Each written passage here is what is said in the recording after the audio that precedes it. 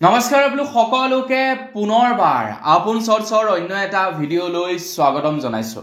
দুৰ্গা পূজাৰ পাছতেই ৰিলায়েন্স কোম্পানীৰ তৰফৰ পৰা আমাৰ সকলোৰে বাবে ঘোষণা কৰিছে এটা বিৰাটেই ভাল খবৰ। আপোনালোকে বাৰু ৰিলায়েন্স কোম্পানীৰ কি প্ৰডাক্ট ব্যৱহাৰ কৰে কমেন্ট সেকশনত জনাওকচোন। এটা ৰিলায়েন্স কোম্পানীৰ প্ৰডাক্ট ঢেৰ আছে। প্ৰথম যেনে জিঅ' আমি সকলোৱে ব্যৱহাৰ কৰো। ৰিলায়েন্সৰ সেইটোটা প্ৰডাক্ট।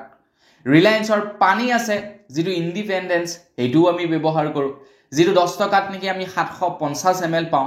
আগতে 10 টকাত আধা লিটাৰ পানী পাইছিলো, এতিয়া 750 ml পানী পাও। তাৰ পাছতেই ৰিলায়েন্স কোম্পানীৰ তেওঁলোকৰ পেট্ৰল আছে। তো সেই পেট্ৰলও আমি ব্যৱহাৰ কৰো কেতিয়াবা জিঅ' পেট্ৰল। তাৰ লগে লগে তেওঁলোকৰ ঢেৰ কোম্পানী আছে, তেওঁলোকৰ ব্ৰডবেণ্ড কানেকশ্যন আছে, তেওঁলোকৰ মোবাইল ফোন আছে, তেওঁলোকৰ ল্যাপটপ আছে, তেওঁলোকৰ DTH কানেকশ্যন আছে। মানে ৰিলায়েন্স কোম্পানীৰ ঢেৰ প্ৰডাক্ট আছে।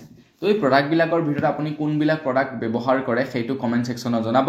আনকি তেওঁলোকে গ্ৰসাৰী আইটেমৰ পৰ্যন্ত বিক্ৰী কৰে। ৰিলায়েন্সৰ তেওঁলোকৰ ডিজিটেল ষ্ট'ৰ আছে আৰু সেই ডিজিটেল ষ্ট'ৰত তেওঁলোকে মানে একদম গ্ৰসাৰী আইটেমৰ লৈকে বিক্ৰী কৰে, যেনে আলু পিয়াজ এইবিলাক পৰ্যন্ত তেওঁলোকে বিক্ৰী কৰে। গতিকে এনে এটা কোম্পানী বৃহৎ কোম্পানী নহয়, তাৰ আঁৰত বহুতো মানে এনেকুৱা ধৰণৰ জড়িত হৈ থাকে।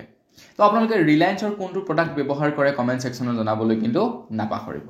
তো ৰিলায়েন্স কোম্পানীৰ তৰফৰ পৰা আমাৰ সকলোৰে বাবে বিৰাটেই এটা ভাল খবৰ ঘোষণা কৰিছে। দুৰ্গা পূজাৰ পাছতেই ৰিলায়েন্সৰ এতিয়া নতুনকৈ এটা কোম্পানী লঞ্চ কৰিছে, যেটো অৱশ্যে লঞ্চ কৰা কিছুদিন হ'ল। নামটো হৈছে কেম্পা নে চম্পা, এইটো অকণমান মই কনফিউজ। আপোনালোকে কমেন্ট সেকশনত জনাবচোন কেম্পা হয় নে চম্পা হয়। তো ৰিলায়েন্সে এটা নতুনকৈ ব্ৰেণ্ড লঞ্চ কৰিছে যেটোৰ নাম হৈ গ'ল কেম্পা। মই কেম্পা বুলি কৈছো, যদি চম্পা হয় চম্পা।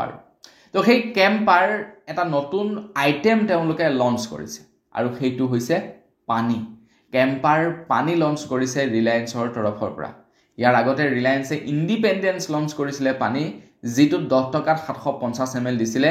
এতিয়া ৰিলায়েন্সে কেম্পাৰ এটা পানী লঞ্চ কৰিছে, যেটো পানী আপোনালোকে আধা লিটাৰ পৰা ধৰি 2 লিটাৰ 1.5 লিটাৰ লৈকে লাভ কৰিব। আধা লিটাৰ পানী বটলটো পাব আপোনালোকে 8 টকাত, 750 ml পানীটো পাব আপোনালোকে 10 টকাত, 15 টকাত পাব আপোনালোকে 2 লিটাৰ পানী। মুঠৰ ওপৰত বাকি কোম্পানী বিলাকে যিমান দামত দি আছে তাতকৈ বহুত কম দামত আপোনালোকে এতিয়া লাভ কৰিব পানী। কেতিয়াবা কি হয় যায়, আপোনালোকক 750 ml পানীটো দৰকাৰ নহয়, আধা লিটাৰ পানী হলে হৈ যায়। গতিকে তেনে ক্ষেত্ৰত আপোনালোকে 8 টকা দি আধা লিটাৰ পানী এটা ল'ব পাৰিব। ইয়াৰ ফলত কিন্তু মোৰ মতে আমাৰ ভাৰতবৰ্ষত যিমান বিলাক পানীৰ কোম্পানী আছে প্ৰায়বিলাক পানীৰ কোম্পানী এতিয়া মাৰা খাই যাব। যেনে বিসলেৰি হৈ গ'ল, এটা ডাঙৰ আছে ন, একুয়া হৈ গ'ল, এই পানীবিলাককতো নেদেখা হৈ গ'লো। বিসলেৰি পানীটো খুব কম দেখা হলো, ঠিক আছে। তো পানী ব্ৰেণ্ড বিলাক এতিয়া মাৰ খাই যাব ৰিলায়েন্স অহাৰ পাছত। আৰু আমাৰ ভাল হ'ব, আমাৰ এই কাৰণে ভাল হ'ব, আমি কম দামত পানী পাম। তো আপোনালোকে খুব শীঘ্ৰেই কেম্পাৰ এই নতুন পানী লাভ কৰিব আৰু খুব কম দামত আপোনালোকে লাভ কৰিব।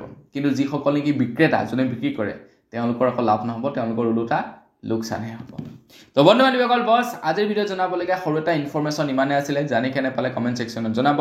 যদি ভাল লাগিলে লাইক এটা কৰিব, চেনেলটো সাবস্ক্ৰাইব কৰা নাই সাবস্ক্ৰাইবটো কৰি ল'ব। পুনৰ এটা লগ কৰাৰ সাজলৈ বিদায় মাগিছো। ধন্যবাদ। জয় অসম।